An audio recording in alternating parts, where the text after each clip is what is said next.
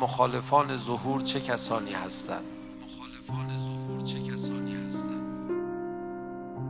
مخالفان ظهور رو به شما معرفی کنم. یک، کسانی که کلاً همتشون پایینه، نمیخوان جهان آباد بشه، خودخواه، آدمهای پست همت، اینقدر تنفر برانگیزن آدمهایی که همتشون پایینه که دوست ندارم در موردشون حرف بزنم. رها کنید اونها رو. دو، کسانی که امید دارن غرب و شرق عالم یه راهی برای سعادت بشر باز کنن. کلمه خودمونیش غرب زده ها مخالف ظهورن. اونا مدینه فاضله شون این جوامع عقب مونده اروپایی و آمریکایی هستن که رذل ترین و کثیف ترین انسان ها بر اونها حکومت میکنن. اینا الگوشون اونجاست، اینا رشد اونجا میدونن، اینا سعادت رو اونجا میدونن. اینا دنبال مهدی فاطمه و ظهور اون نیستن، اینا دنبال جامعه مدنی غربی هستن، نه جامعه مهدوی.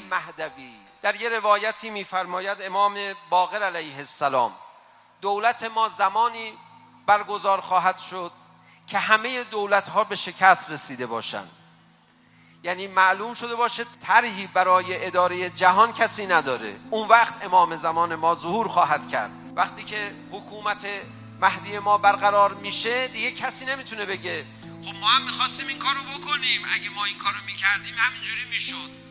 یک خلأ تئوریک برای اداره عالم پدید میاد، بعد آقا میاد. به همین دلیل همه جهان متحد میشن. گروه سوم از کسانی که مخالفان ظهور هستند، کسانی از مسئولان که نونشون فعلا تو روغنه. اگر این مسئولان زمان ظهور حضرت باشه که حضرت جز نان خشک به اونها نخواهد داد، جز لباس خشن به اونها نخواهد داد. کسانی از مسئولان که نونشون فعلا تو روغنه،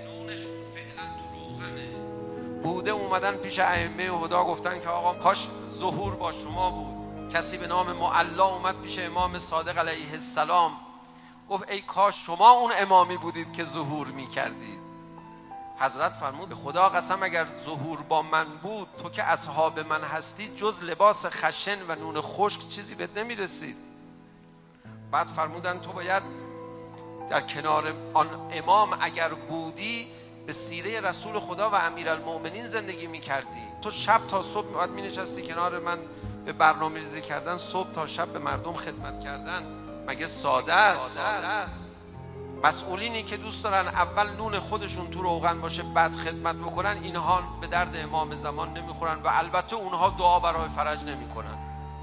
چرا دعا برای فرج میکنن؟ پدرشون رو در میاره حضرت اگه بیاد اینا رو به کار بخواد بگیره، میندازدشون دور.